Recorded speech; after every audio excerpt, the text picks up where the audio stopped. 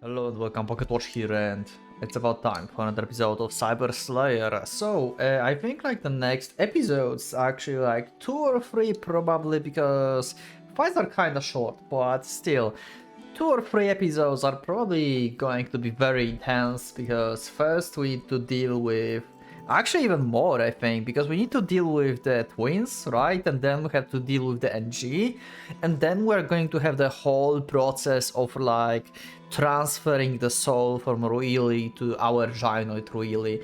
So episodes right now are going to be really insane, I think. So I will just go to the episode and we'll just get to see what's going to happen. And if you want to see this episode earlier, you can become a member. So click the join button and check it out. Let's just go. He strains to listen, but hears no sound of battle on this floor. He strains, the explosions and alarms are all coming far from below. Right now, most of the security forces should be on their way downstairs to deal with the 5 assaulteers. By using the Russians as decoys, Taolu has gained some freedom to operate alone. He will not be able to count on them for long, however. As soon as they dump their intelligent worm into the building of LAN, they will likely withdraw with all haste. Although the Russians' weapons might seem excessive, the truth is that they can't afford to be overconfident. There's a strong possibility that the building security forces will have the equipment necessary to fight off Misha and his comrades. Yeah, I mean, this is like middle of the Shanghai basically, so they need to have like top-notch security, so yeah. In terms of like firepower, they probably exceed everything else. So there's still a risk. Once they have lost the advantage of surprise, the riding team will probably decide to pull out. The question is how quickly Taolu can find his target, NG Wingxing. Even now, the building's VIP are hopelessly being escorted to a safe place by armed guards. If he intends to attack the NG when he is least protected, then the best plan is to find the target during the confusion, then kill him once everything has calmed down. Everything depends on just how much chaos the Russians cause. It will be a problem if they got suppressed too soon, but NG and his staff might leave the building if the rampage continuing for too long. Entering the deserted elevator hall, Taolu finally learns that he's currently on the 39th floor. He appears to have entered higher than he expected. For the moment, his goal is the 55th floor, the president office at the top of the building. The easiest road would be to take the direct elevator, but that would be like ring the doorbell announcing his arrival. Yeah, pretty much. And also they just been attacked, so every running elevator is going to make you raise your eyebrow. Am I recording? Yeah. He decides to use the emergency stairs to get closer, then find an air duct or something and sneak through it. He runs past the elevators and down the hall on the other side. Reaching the emergency exit at the end, he grabs the door handle and feels a shiver race on his spine, a shiver not caused by the cold metal alone. Hooking the handle with the butt of his carabine, Taolu moves to the side of the door and slowly pulls the lever down.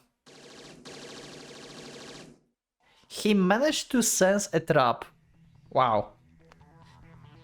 Although it was expected, Taolu still ducks back as a sudden hail of gunfire shreds the door from the other side.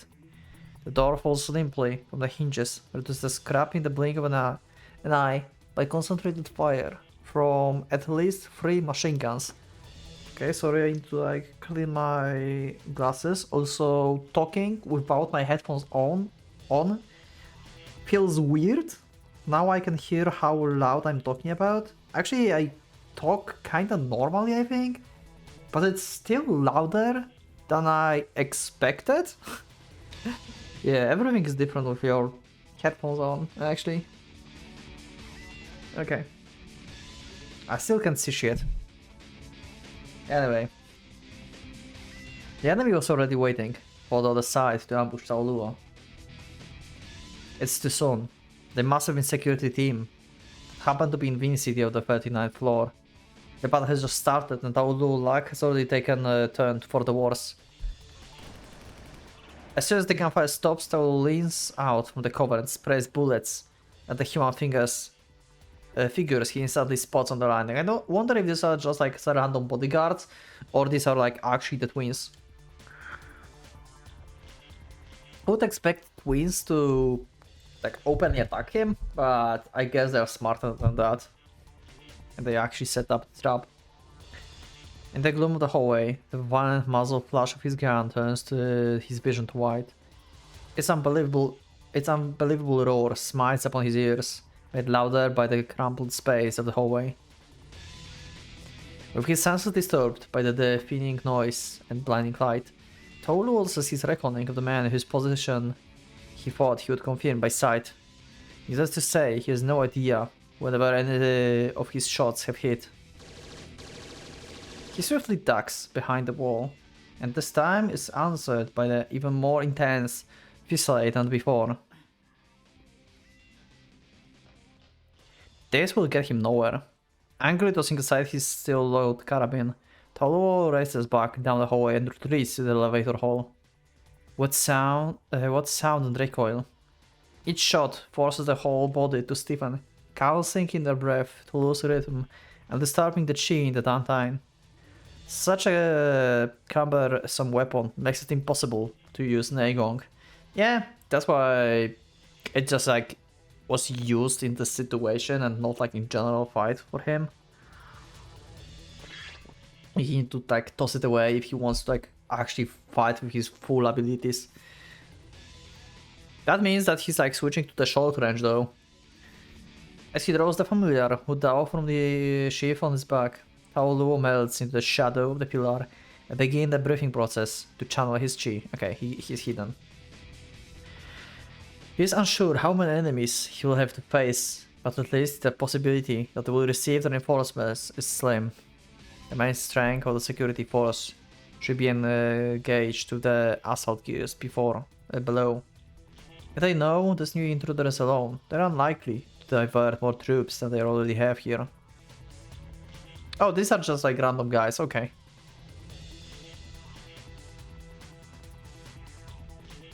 I think these are actually cool outfit for the bodyguards. I think I like these more than the outfits that the bodyguards have in the Hanachirasu. I mean, the Hanachirasu, like this is like more modern, I guess. But still, I like it more. Anyway, yeah. Though does not have to wait for long for them to appear. First, two men emerge from the hallway, moving at the half crouch as they enter the elevator hall. Are they also cybernetic? I guess they are. You can see like red eye here or something.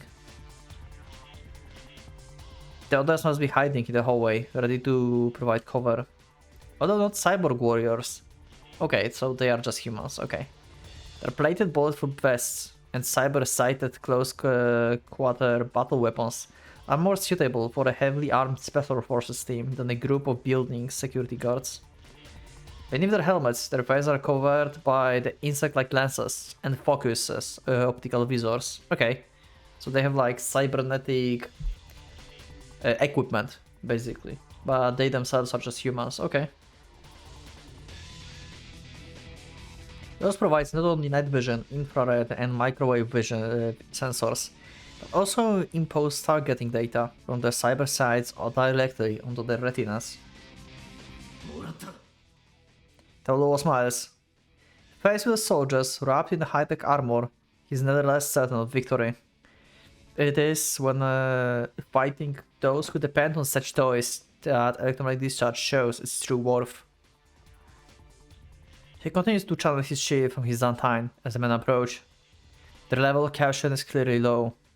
Having sent Taoluo discard the gun, they probably think they have him running scared. Is he going to use like AoE now? Like he did in the place with the first guy? Like he's just going to EMP everyone. With chi cursing through his body, Taoluo's senses has already discerned the man's position, the sound of their boots creeping across the floor. They should be close enough. First these two. Yep. With a single sharp acceleration, Taoluo uses the full power of his body to unleash the Thunder Boost technique. Surging outwards from his diaphragm, the electromagnetic pulse covers the entire area, destroying everything in the vicinity with the circuit.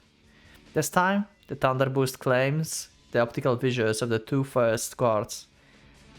Compared to the cyborg parts, which directly influence life support, such secondary equipment rarely has shielding built in it. He does not need to focus pulse on the lightning palm to neutralize them. Thus, the two soldiers are horrified when their visions suddenly go dark. Yep. Okay. And gone. That was pretty cool and quick, like, transition. I like that one. One never recovers from his shock. The other dies just as desperately reaching up to remove his helmet.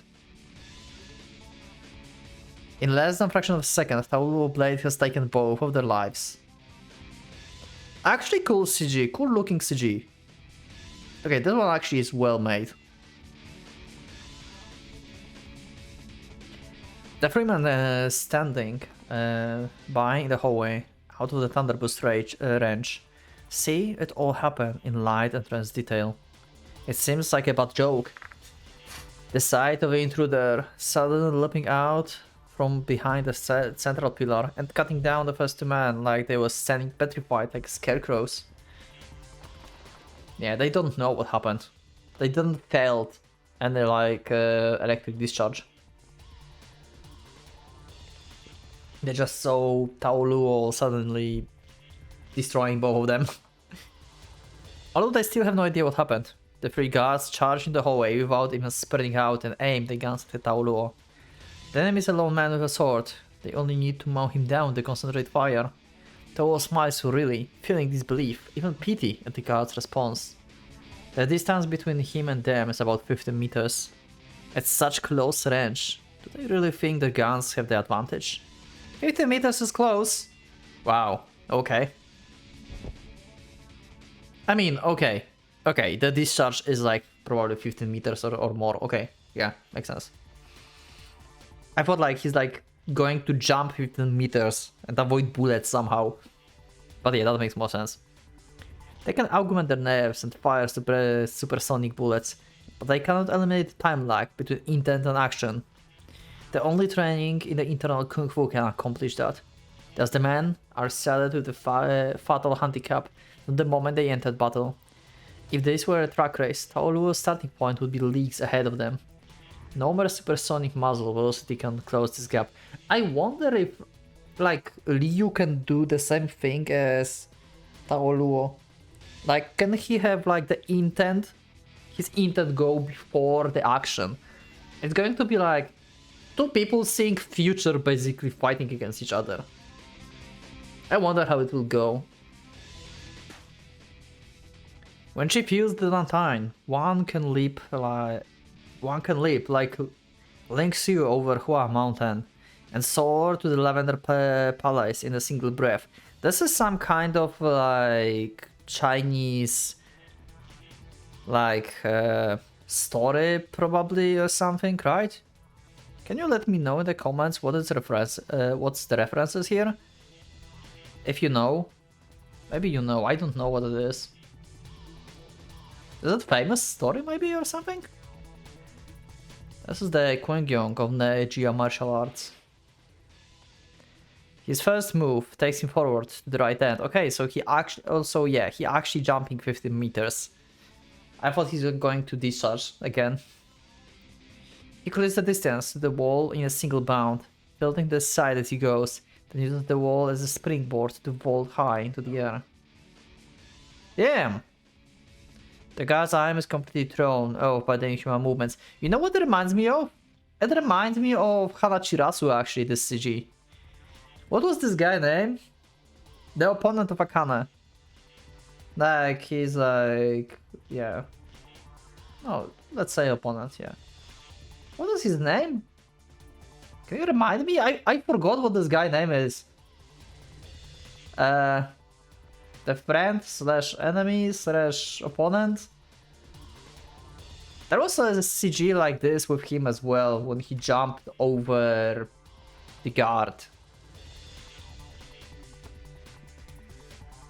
The most badass guard, which I sadly forgot the name as well. I'm sorry. You can remind me of his name as well. Also, Hana Shirasu is also on the channel. You can find a playlist for this. Hana Shirasu is cool. Guard aim is completely thrown off by the inhuman movements, as their bullets pass harmlessly beneath him. Paolu rotates in the midair until his body is inverted and then dashes across the ceiling in 3 rapid steps. Gravity cannot bind a master of Qigong. Whenever perpendicular or inverted matters not, as long as there is a surface to accept the energy of the legs, this is enough. Foolishly standing in a tight group, the guards are taken completely by surprise by the sudden attack from above. They look up at the terror as Saulo comes up from up them, the steaming black cloak none other than the wings of death. Damn. If they had raised their guns instead of staring in fear, they might have a chance of survival. He lays open the cartwright to the first guard, then he runs past overhead, then severs the spine of the second from behind while performing a spinning dive. Immediately upon landing, he finishes the third one with the thrust to the heart. Damn! That was quick and smooth. Their plated vests are meaningless. When charged with internal energy, Titan's sword can cut even tank armor like a paper. Holy shit! I mean, it cut off the arms and like cybernetic stuff, so makes sense. Taoluo returns to his basic stance, maintaining readiness as the lifeless corpses fall on the top of each other, then clears the blood from his wudao and resheaths it. Wow, I just imagined this, how badass it looked like. Like, he just like finished the move, standing, and the bodies are still falling down. Like, he was so fast. There's no time to relax. The vital signals of the 5 men he just killed are probably being monitored by the security command. With this squad annihilated, heavy reinforcements will shortly storm the 39th floor. If he maintains breathing control, he can keep the pain in his internal injuries suppressed for now. Still using Qigong to speed his steps, he rides down the hall and up the emergency stairs. Okay, so our first battle was with the guards. So next one is going to be twins, probably. A war is raging on the 21st floor. So now we are going to go back and see how the balls are doing.